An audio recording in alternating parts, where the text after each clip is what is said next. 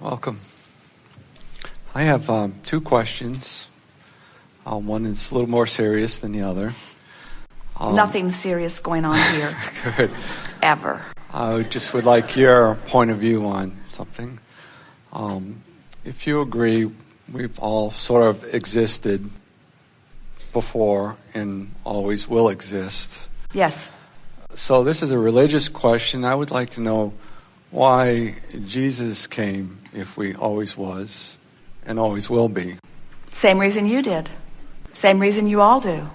In other words, what could possibly be the reason that anyone would come other than that you are eternal beings and you've come for the creative experience?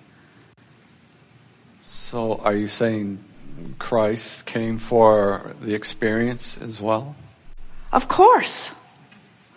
Of course, there are no exceptions.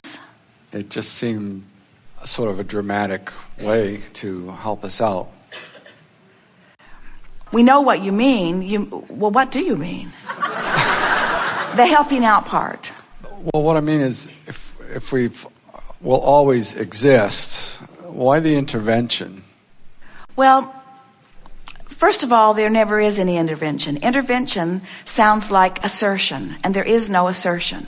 There's only attraction. So what happens is you're taking a historical figure who has rightly earned the place of a religious figure.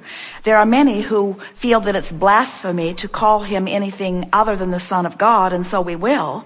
But we will not call Jesus the Son of God in any other context than that we put you in the same category. All right.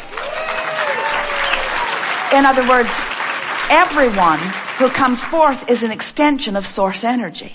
And everyone comes forth to explore the contrast and to become.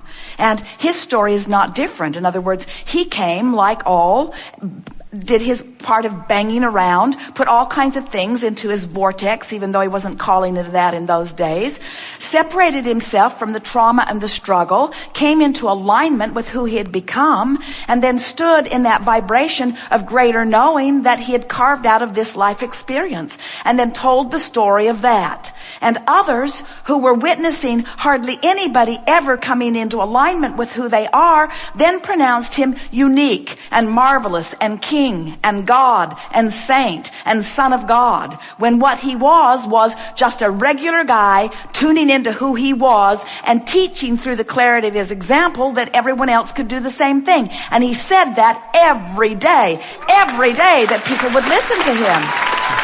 That's the story that he told. He said, I am not that which you are not. He said, is your faith that makes you whole. He said, come into the vortex, come into the light. He said, the kingdom of heaven is within you. In other words, everything that he said was about, I am an eternal being and so are you. And maybe there was some of, and I will show you the way. But not one time ever, and it's a distortion if you're hearing it today, did he ever say or mean to imply, I will come forth and do for you what I see you cannot do for yourself. Because it defies all laws of the universe, and it cannot be. Very good. I have one other question. It's it's on a humorous side. And then humans take the part of his story when he was the most out of the vortex, when he was saying, why have you forsaken me? And that's the part of his life story that they dramatize the most.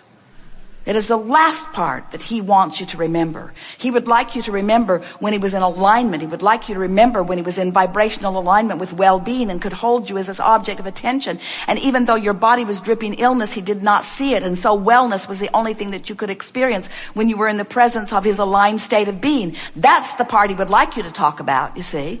He would like you to remember that you are born as liquid love, that you are pure positive energy, and that when you hold yourself in an attitude of hate, you separate yourself from all that is good and all that you want. That's the part that he would like you to remember, you see. He does not want you to remember the day he was out of the vortex and they hammered him up. Nor does he want you to push against that. Nor does he want you to make those your enemy. Nor does he want you to stand in martyrdom against others and make anyone your enemy, you see.